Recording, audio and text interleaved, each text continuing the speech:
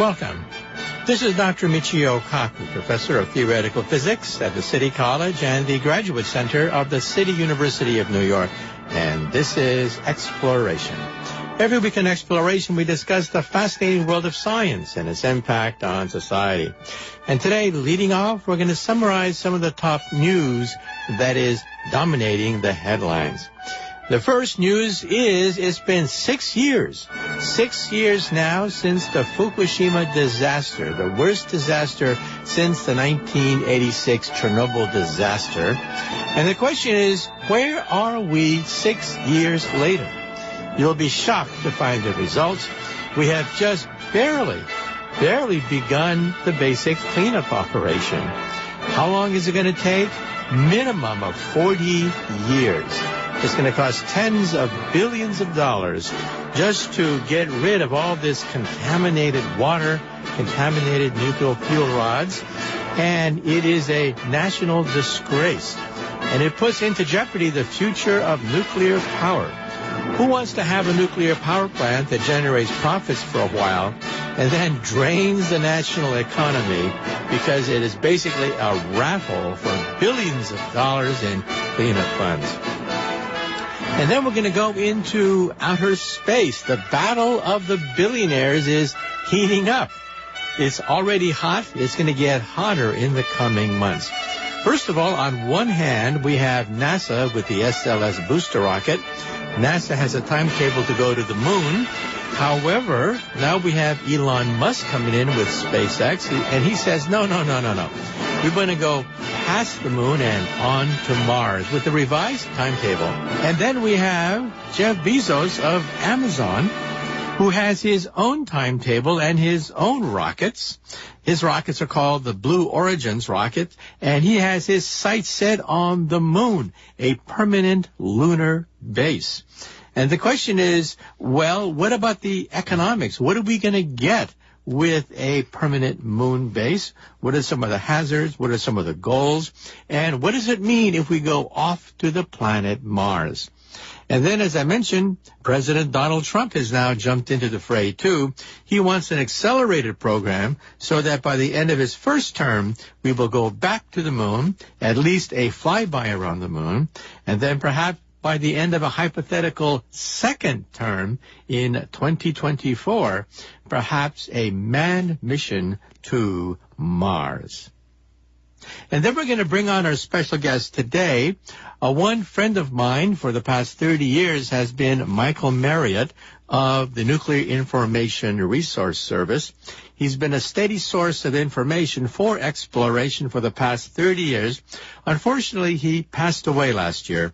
So we're going to dedicate today's show to the memory of Michael Marriott, head of the Nuclear Information Resource Service in Washington, D.C. And we're going to rerun an interview that we did with him about the Fukushima disaster. Well, let's just jump right into some of the headlines of the past week. The number one headline is that, well, yes, March marks the sixth year anniversary of the greatest nuclear disaster of modern times since 1986, since the Chernobyl disaster. And where are we 6 years later? You'll be shocked to find the results. First of all, it was 6 years ago that we had a 9.0 earthquake, one of the largest earthquakes ever recorded in the history of the human race. A 9.0 that sent a gigantic tsunami which overwhelmed all the safety systems of the Fukushima reactor complex. We should also point out that seismology is not an exact science. Seismologists in Japan were not even aware that a small earthquake fault could sustain a 9.0, which would overwhelm all of the safety systems of Fukushima and eventually cost billions of dollars of property damage and kill perhaps 10,000 Japanese people. In fact, one of the saddest things I ever saw on television was the seismologists who went on national television in Japan and apologized to the Japanese people for missing the severity of what could happen off the coast of Japan. And by the way, parenthetically, this reminds me of yet another apology. After we had the disaster in New Orleans with the Katrina hurricane, one of the heads of the U.S. Army Corps of Engineers, which was supposed to monitor the dikes and levees, he came on U.S. national television and apologized. Again, it was an incredible statement, an apology from the U.S.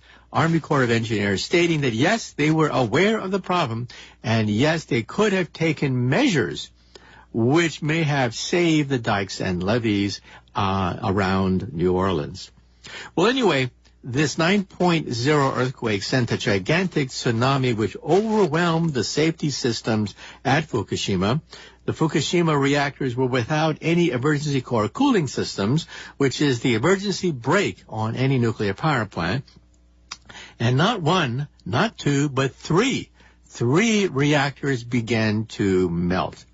Now, you may say to yourself, well, that was 6 years ago. You figure by now they would have cleaned up the debris, A, and B, start to remove the melted uranium, and C, begin the process of a permanent storage site and a permanent cleanup operation. Where are we on this three-stage process? You'd be shocked. We're at the very beginning of phase 1. We don't even know what the melted core looks like. Every time they send a submarine down, the cameras either cannot locate the radioactive debris or get overloaded with radiation. In fact, that's one of the reasons why the cleanup operation has been so agonizingly slow. Workers can only go into the site for a few minutes at a time, receiving deadly amounts of radiation. In fact, there was a camera that was sent down into the water, and the radiation counter on the camera showed that there was enough radiation down there to kill a worker in less than 1 minute. That's how radioactive it is. Well, as a consequence, water does keep on circulating in order to keep the core cool, but the pipes are broken. Therefore, even though fresh water goes in, fresh water goes spilling out again and has to be stored on site in gigantic vats. How much contaminated water per day accumulates? 400 tons. I repeat, every single day, 400 tons of contaminated water spills out of the broken loop. So again, fresh water goes in. Normally it forms a loop so that the amount of water stays the same, but that loop is broken, and because workers cannot get access to the site, what happens to this extra contaminated water? They simply put it in these gigantic vats, which accumulates at the rate of 400 tons. Now, how many tons of radioactive contaminated water is there at Chernobyl? A staggering 1 million tons. Let me repeat that again so it sinks into you. 1 million tons of contaminated water is stored at the site. Unfortunately, it was a scandal when it was released that some of this radioactive water actually went into the oceans off the coast of Japan, causing tremendous indignation on the part of the Chinese and the Koreans. Basically, they are running out of space. We don't know when, but at a certain time, they will run out of space, and they're not going to know where to put all this contaminated water, which goes into the reactor, gets contaminated, and then spills right out again because the loop is not closed. In addition, there are 4.5 billion gallons of contaminated soil, which is contained in bags. Let me repeat that again so it sinks in. 3.5 billion gallons of contaminated soil, which is put in bags on site. And as far as the land is concerned, 220 acres of land has been deforested and basically put off limits. Now, you may say to yourself, well, so what are they going to do with all this contaminated water when they run out of space? Well, get this. This is a science project. They're going to freeze the soil around Fukushima. Let me repeat that again. We've never seen this in the history of nuclear power. That is, gigantic coolers are being put into place to freeze the soil around Fukushima to prevent more liquid water from overflowing and eventually going into the ocean. This is a science project in motion. They've never done anything on this scale before. Freezing the soil, hoping that will prevent the contaminated water from spilling into the oceans. And so you may say to yourself, well, the obvious solution is robots. Why don't we, just like Arnold Schwarzenegger, put in robots to clean up the mess and then remove the radioactive fuel? Well, guess what? Robots are totally incapable of cleaning up a reactor. In fact, the United States Pentagon saw an opportunity to showcase advances in robotics by creating a DARPA Grand Challenge. It was the DARPA Grand Challenge that helped to spur the driverless car, which was extremely successful, and we see driverless cars on the roads today. So DARPA said, a branch of the Pentagon, said, let us sponsor yet another contest, a contest to create a robot to clean up Fukushima. Well, on the internet, you can see the results of that contest on video, and it was a disaster. Robots had to basically drive a car, get out of a car. They had to sweep some of the mess and debris with a broom. They had to turn a valve and do things that a 5-year-old kid can do. Well, guess what? Almost all the robots failed. And you can see all the robots basically falling over on videos on YouTube. It was a disaster. The South Korean group finally won the prize, barely won the prize. And it shows you how slow the cleanup operation is. So again, step one would be to clean up the debris. Robots are incapable of doing so, and robots that are sent in, sometimes they get fried. 2, cleaning up the melted uranium. Well, submarines have been sent down there, as I mentioned, but we don't even have a picture. I repeat, we don't even have a picture of what the melted uranium looks like. And the core was liquefied. We've never seen this before in the history of nuclear energy. The liquefaction of a core of uranium, 3 of them simultaneously liquefied. So we don't know what the melted liquefied uranium looks like sitting on the bottom of the reactor. Now, during the accident, I had my own suggestion. I was on Good Morning America, and I suggested that they should sandbag the reactor. What did the Russians do? They send in the Red Air Force. Teams of helicopters came in with borated sand and dumped the sand and sandbagged the Chernobyl reactor. The Chernobyl reactor had exploded. It was on fire. Radiation was leaking out in gigantic radioactive clouds. It was an emergency, and the Red Air Force came to the rescue. So right now we have a sarcophagus, a gigantic sarcophagus made out of concrete. Inside it is still the radioactive core, and it is still radioactive. It's still not cleaned up at all. The core at Chernobyl still is there since 1986, but at least the accident was contained. My suggestion back then was to dump borated sand and entomb the reactor in a gigantic tomb of sand. Some people are saying, well, maybe we should have done that, because we have this ongoing agony that's going to go on for 40 years. And who knows, maybe one day they'll run out of space to put water on site. And at that point, the accident could start all over again. Well, on a different note, we also have the battle of the billionaires. That is, how are we going to go back to the moon, to Mars? Private enterprise or with government taxpayer funds? Well, back during the Cold War, it was obvious that national pride was at stake, and so 5% of the gross domestic product of the United States was spent on the Apollo space program. Let me repeat that again. 5% of the total amount of economic activity produced by the U.S. of A. in the 1960s went into the space program. Well, as you can imagine, that was unsustainable.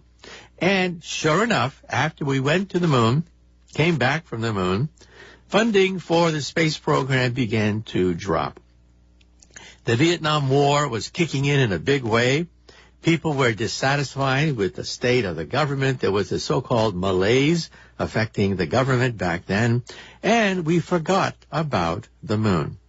Well, now it's been 45 years since we last walked on the moon, and now not one, not two, but 3 groups have set their sights on the moon and Mars.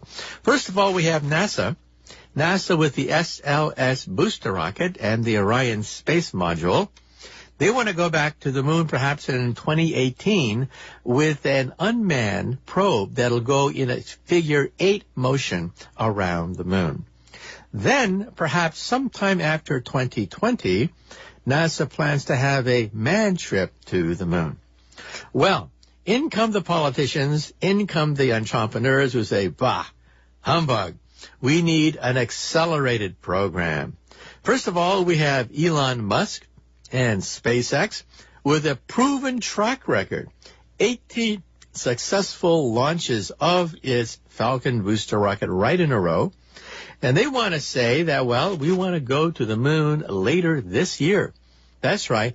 By the end of 2017, Elon Musk wants to send an unmanned probe around the moon, going back to the moon for the first time in 45 years.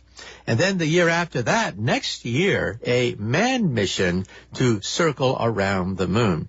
In fact, he already has 2 volunteers that have paid $80 million each, $80 million each to go around the moon.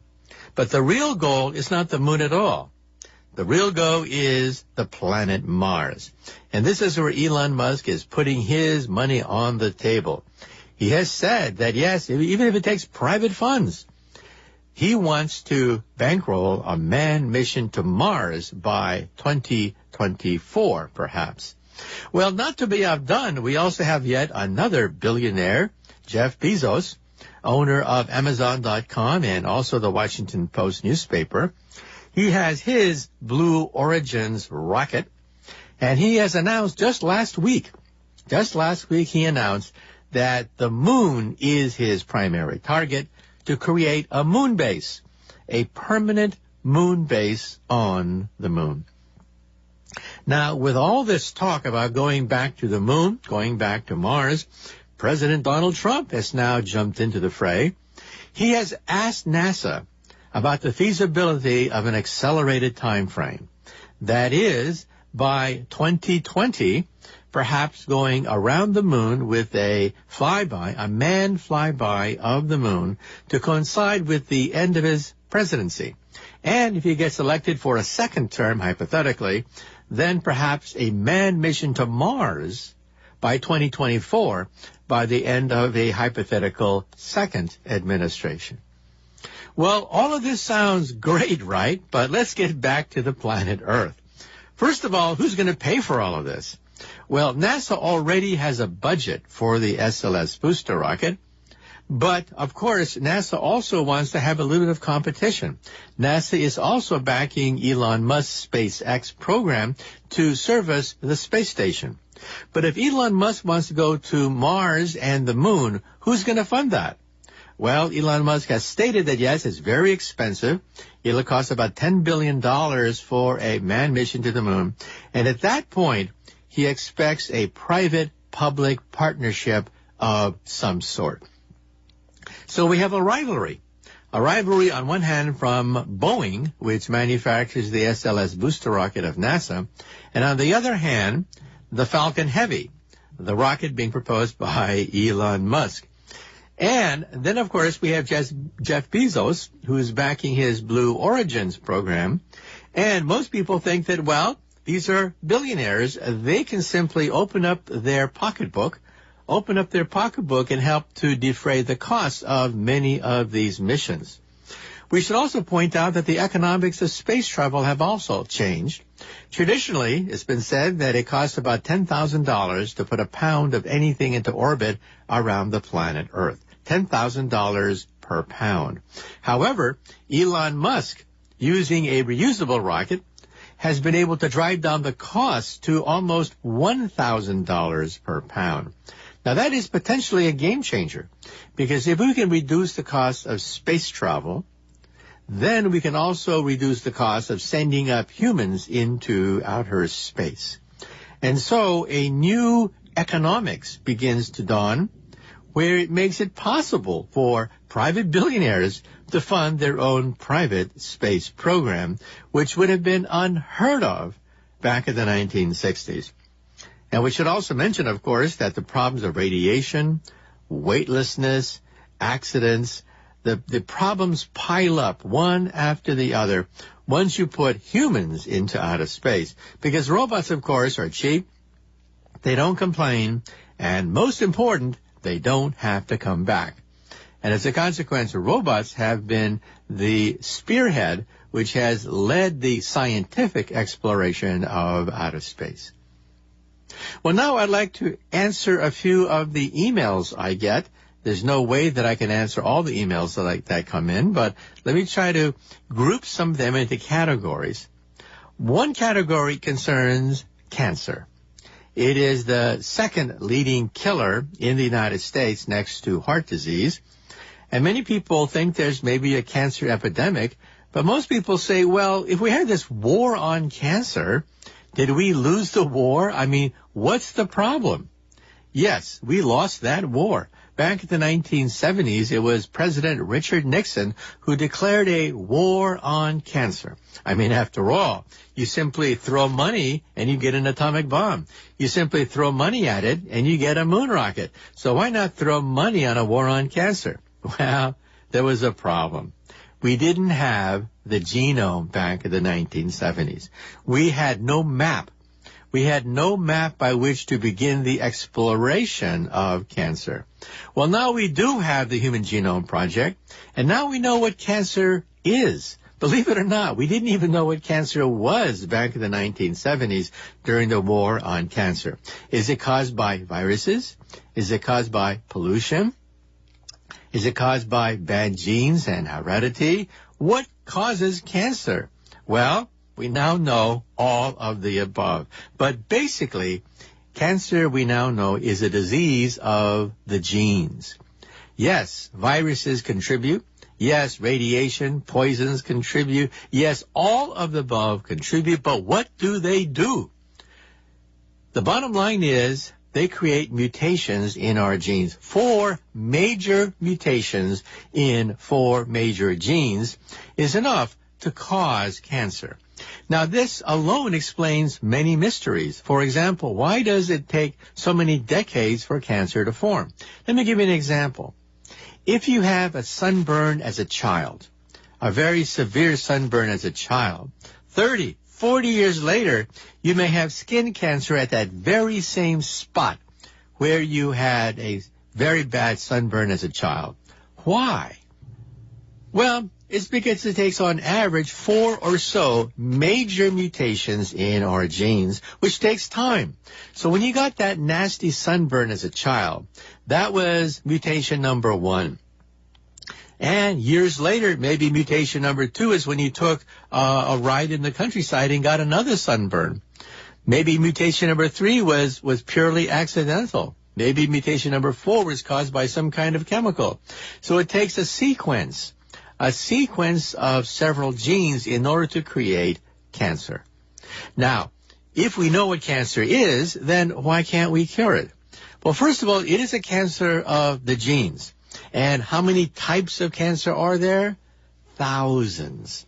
In fact, the Human Genome Project was trivial compared to the Cancer Genome Project, which the government is now embarking upon. An encyclopedia of all the different kinds of ways in which these 4 more or less important genes are mutated. And, in other words, cancer is not just one disease at all. It's 4 major mutations in either the oncogenes or the tumor suppressor genes, genes which either accelerate or stop the growth of cancer.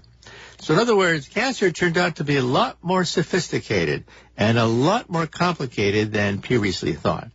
Now, of course, if cancer is a disease of the genes, why not attack it at the genomic level or use something called targeted therapies? Well, that's where all the excitement is right now. The human body has a feeble ability, a limited ability to recognize cancer, so why not extract immune cells from the body and then grow them and strengthen them in the laboratory and then re-inject them back into the body? That's being done right now. It's called immunotherapy. It's the hottest thing now in cancer research. Another possibility is genetic therapy. Gene therapy had a lot of publicity 10 years ago, and it's since been kind of like sputtering along, but now there have been some solid gains made in gene therapy. Gene therapy is when you take a virus, you remove the deadly genes of the virus, so it's harmless, and you put the good gene into the cancer, which then infects you with the correct gene. So gene therapy is another very promising avenue by which one day we may be able to literally cure cancer. Nanotechnology is also coming into play. It turns out nanotechnology allows us the ability to target individual cancer cells. This, of course, is the holy grail, to be able to knock off cancer cells one by one. And nanotechnology is a very infant science, but it gives us that ability. In fact, we now realize that the greatest nanotechnologist of all time is Mother Nature. Mother Nature uses nanotechnology every single day. And the question is, can we also harness that technology? Think about it for a moment. Mother Nature can take a bunch of French fries and hamburgers and turn it into a baby in 9 months. That is amazing.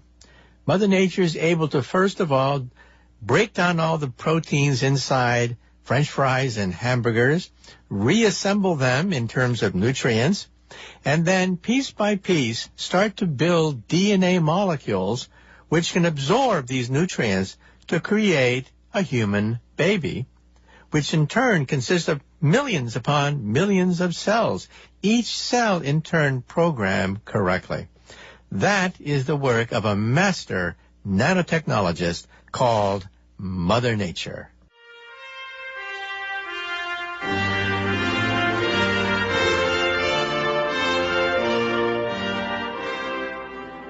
Well, that completes the first part of exploration. In the second part of exploration, we're going to rerun an earlier interview about Fukushima that I conducted with Michael Marriott, the director of the Nuclear Information Resource Service, who passed away last year.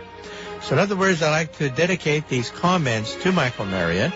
He was a real friend of exploration for 30 years, and he gave us timely reports about the progress and mishaps of nuclear power and nuclear power plants. And so once again, in the second half of exploration, we're going to rerun an earlier interview I conducted with Michael Marriott concerning the Chernobyl nuclear disaster. And as you can tell from the interview, we haven't really changed much. We haven't really had much progress in terms of that reactor.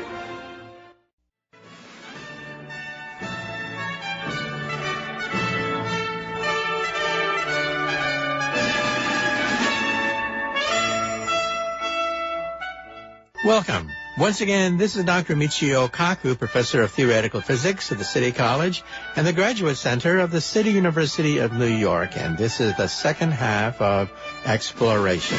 In the first half of exploration, we gave a sum up as to what's happening on the 6th anniversary of the Fukushima disaster in Japan. But I'd like to, in the second half of exploration, run an earlier tape that I did with Michael Marriott. Michael Marriott passed away last year. Unfortunately, he left his work unfinished. His work was to bring a halt to nuclear power, concentrating on the nuclear waste problem. He was the executive director of NIRS, the Nuclear Information Resource Service in Washington, D.C., which is one of the main clearinghouses of information concerning the fate of nuclear energy. And he was a friend of exploration for 30 years, off and on. We had his voice on these airways, giving us a sum up as to what's happening with nuclear energy. And so today, in his honor, I'd like to rerun an earlier tape. And just remember that things really haven't changed much at Fukushima at all. We still have yet to begin a proper cleanup of the nuclear reactor. We have yet to even locate where the nuclear debris is concentrated at the bottom of the nuclear power plants. And we still have the radioactive water, which is accumulating at the rate of 400 tons per day on site. And so things really haven't changed much in 6 years. The main part of the cleanup, that is cleaning up the melted core, hasn't even begun yet. And it's going to be about 40 more agonizing years into the future before we finish that cleanup. And so once again, our special guest today is the late Michael Marriott, and we're going to be rerunning an earlier interview with him concerning the Fukushima disaster.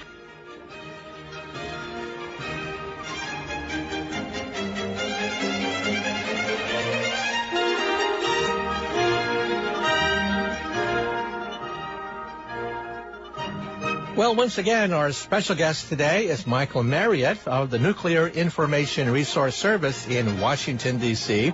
And today we're talking about nuclear energy. What's the status of the Fukushima disaster?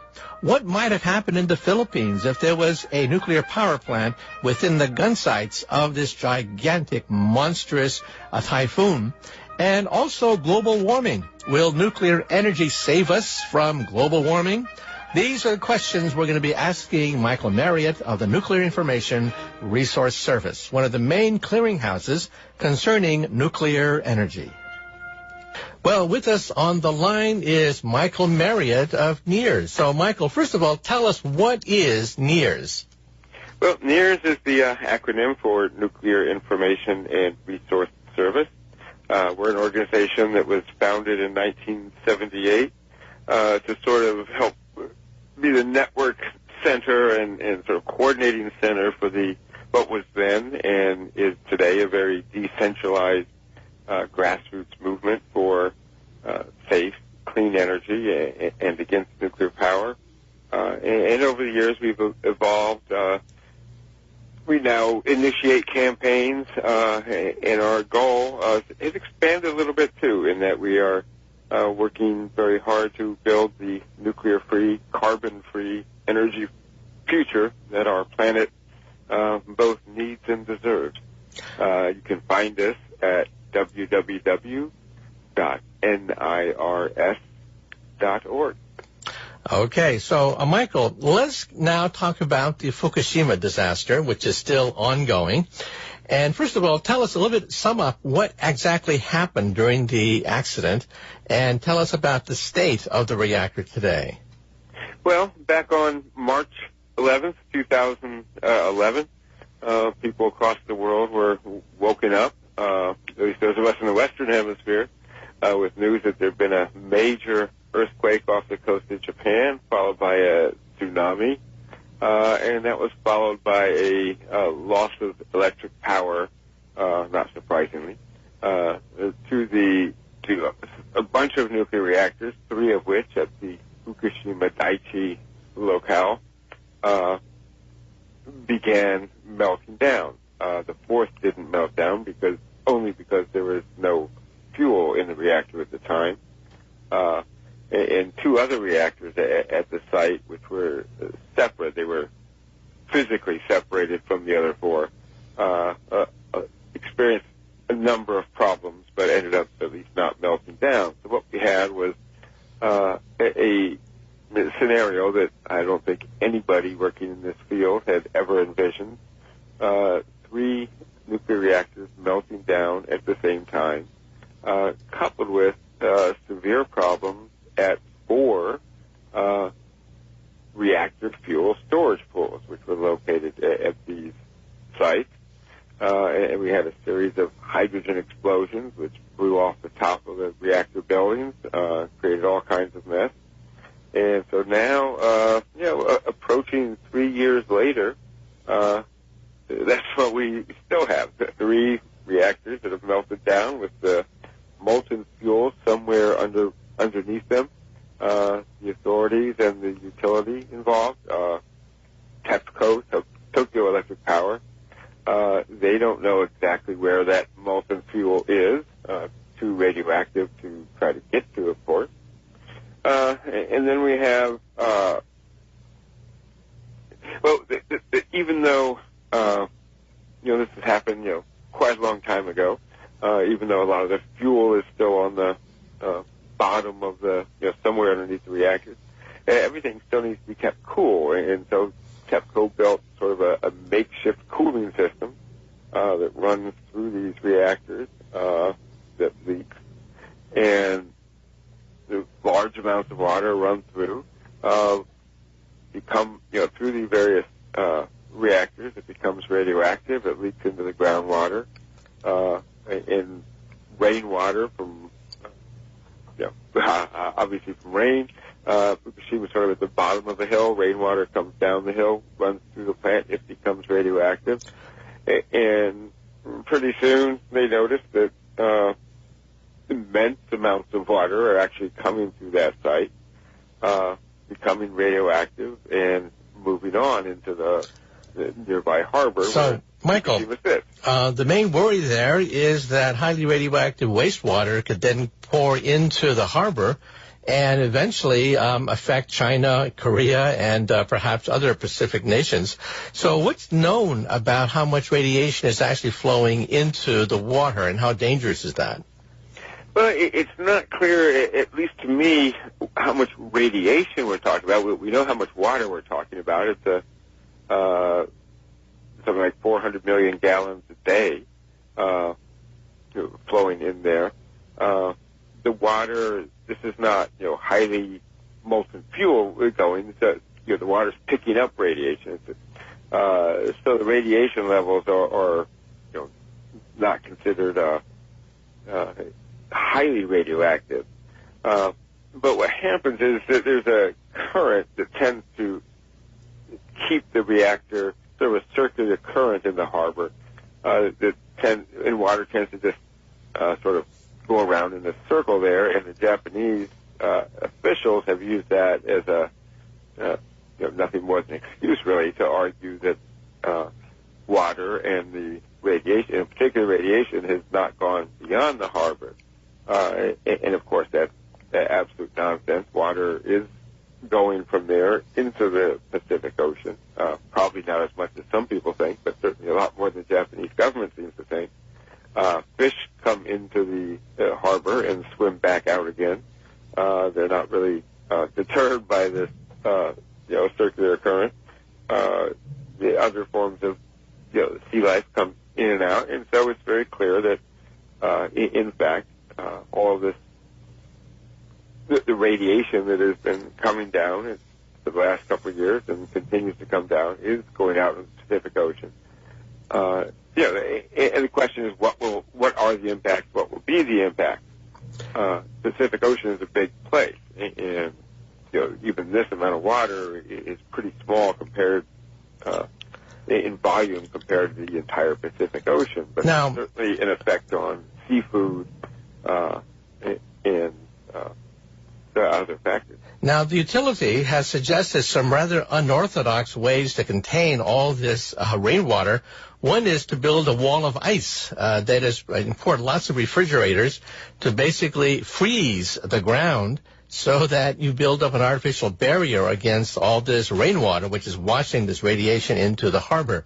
What are your thoughts about this? It's never been tried before on this kind of scale. Right. Well, it was actually a process I'd never even heard of before, although I looked into it a bit, and it has been used as a blocking mechanism in a few places in the world, although, as you say, at a much smaller scale. I have yet to talk to somebody who thinks this is a good idea or who thinks it will work.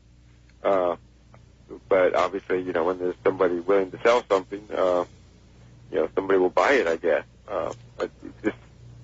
I think this idea really is more evidence that Tokyo Electric Power is in over its head.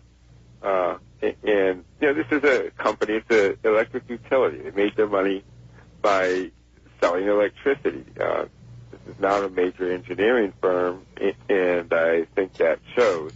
And I think that's behind some of the recent efforts we've seen to bring some more international experience in to Fukushima to help out with this accident, because it's pretty clear that Tokyo Electric Power itself is floundering.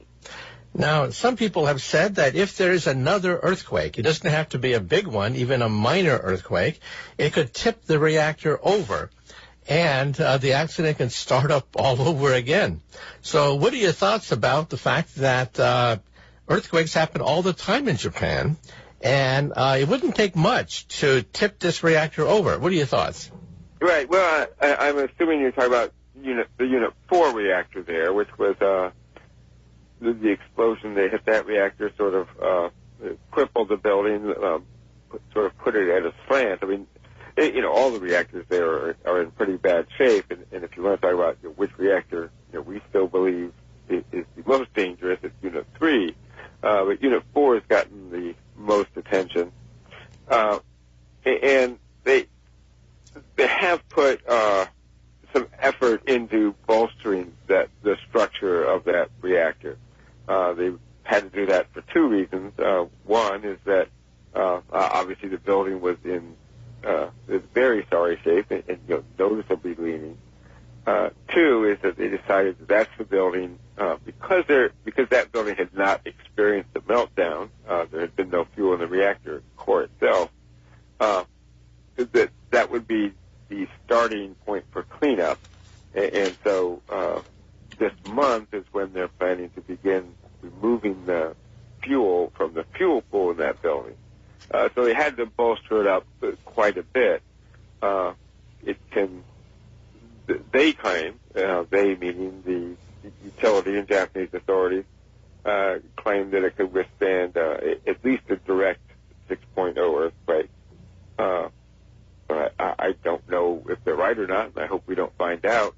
But as you say, this is an earthquake-prone place, and I think it is better to get the fuel out of this building as soon as safely possible, before the next one hits, because in Japan, you're sort of always waiting for the next one to hit. Right. In fact, just recently there was a 5.5 earthquake that rattled Tokyo. Quite a few people were shaken out of bed, in fact. It was so great. And that was just right outside Tokyo. Now, some people say, well, why don't they simply send in workers and robots and just get rid of this melted core, and why don't they just repair the whole operation? But tell us about the conditions that the workers have to work in, given the fact that it's highly radioactive, and robots have proven to be a huge disappointment. Well, yeah, I mean, these are unprecedented conditions. I mean, we've never tried. At Chernobyl, which was the major nuclear accident before this one, 1986. It exploded. The Soviet Union at the time. I mean, there were used 600,000 people. They became liquidators, and their job was to run up. They could stand up for about 15 seconds and take, and move some debris. 600,000 people, and they have been exposed to a, very high risk of cancer. A lot of them have died from it since. At Fukushima, they don't have liquidators. They have utility employees and contractors and subcontractors. But yet the conditions, the radiation levels where the core is, where underneath the building, are just as comparable as Chernobyl. In some ways, it's probably harder because you've got, as we said, we had 3 simultaneous meltdowns. We've got 3 reactor cores that cannot be approached by people. And you can't even get to the core in a protective suit. I mean, you have to be away from it. And meanwhile, you have so much debris throughout what's left of these buildings, that the robots they send in, you'll find it really difficult to maneuver around. I mean, they did get some in. I've seen some photos of inside the buildings, and some of the floors actually surprisingly look almost normal, but they try to get anywhere near where the fuel is, and they're blocked, and the cameras go bad. The radiation levels, the radiation film, of course, doesn't work well together. So it's a monumental, unprecedented task, and it's going to take decades before this is. In fact, before this story is over. The official estimate is 40 years. 40 years, an estimate made by the utility itself. So we're going to be agonizing about this for decades and decades to come, right? Our grandkids are going to be learning about the cleanup operation. Well, that's right. And I think 40 years may be optimistic. But when you look at, the reality is we're almost 3 years out. They are just beginning this month to begin removing the first fuel rod from the first pool. That removal of the fuel rods from that pool, if all goes well, is scheduled to take a year and a half. Well, we got 3 more fuel pools after that, one of which at Unit 3 is in a much worse condition. And then we got these reactor cores after that, and as I said, they don't even know exactly where the fuel is, and that's going to be extraordinarily highly radioactive for, decades, centuries, really. Okay. So, this process, this is going to be with us the rest of our lives. Okay, we'll change the subject a little bit. Some people claim that no matter how bad nuclear is, there's something worse, and that is global warming. In fact, Dr. James Hansen, who's one of the leading figures pushing the global warming theory, has pretty much said that, well, perhaps the white knight could be nuclear power. What are your thoughts? Yeah, well, Dr. Hansen, along with 3 of his colleagues, recently wrote an open letter, what he called an open letter to environmentalists, urging us to reconsider it and support new nuclear power as a means of addressing climate change.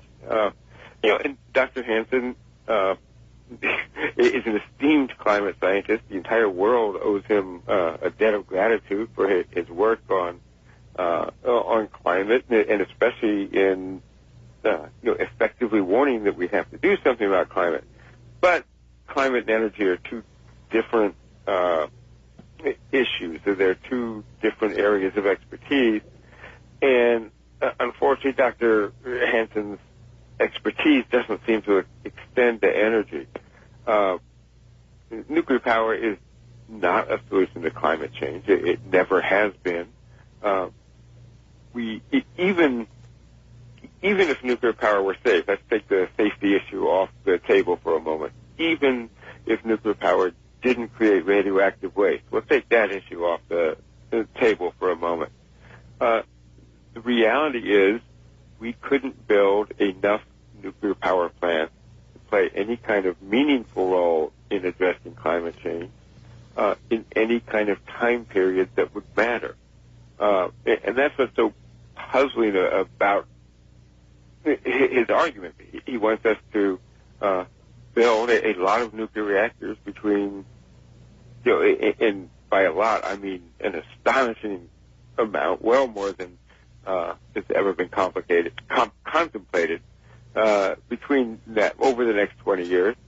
And what we're seeing in reality is the collapse of the nuclear power industry in the U.S. We're not seeing new reactors. We're seeing new reactor projects abandoned. In fact, just yesterday in Texas, 2 more proposed new reactors that were supposed to be part of this nuclear renaissance that was supposed to begin, around 2008, 2009.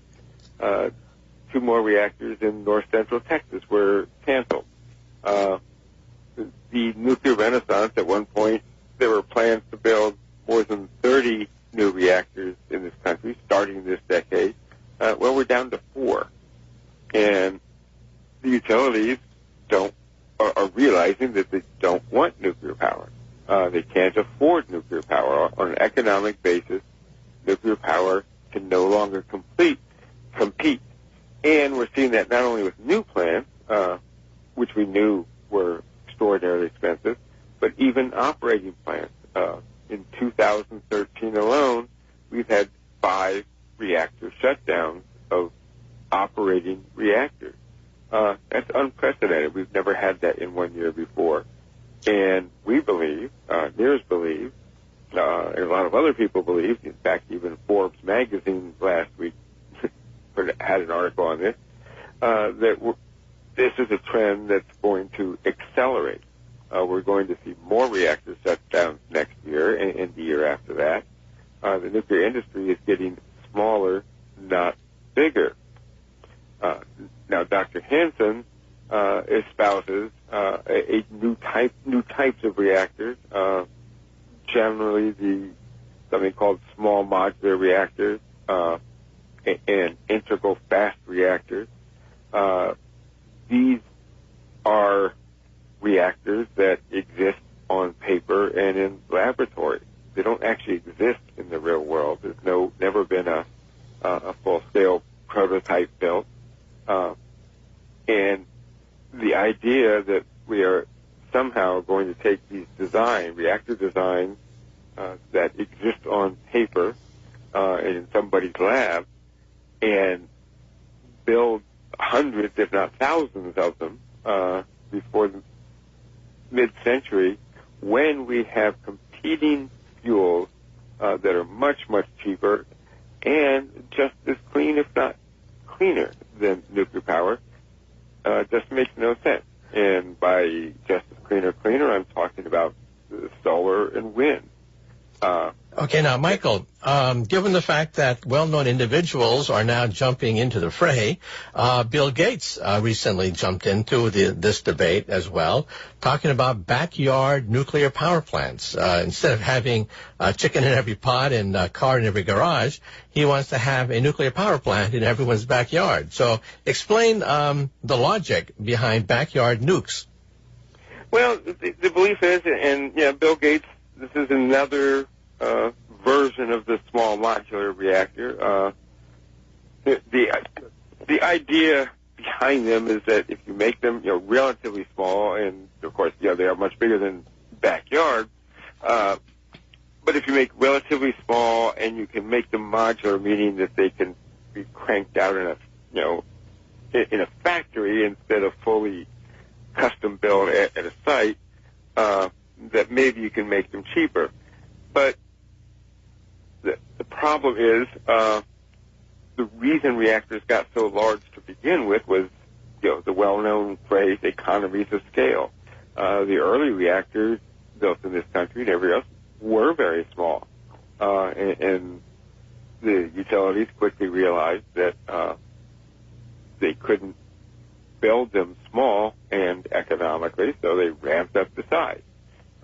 And the same factor is going to hold. Seems like it's going to hold true now, and I say seems like because again, these reactors don't actually exist. They're dreams on paper, and they're also too late because when we want to talk about backyard power sources, well, we have them. It's called rooftop solar, and there's a rooftop solar system being installed in this country every 4 minutes now, 2013. In 2 years, that's going to be every 90 seconds. We're going to have a new rooftop solar unit going up in this country.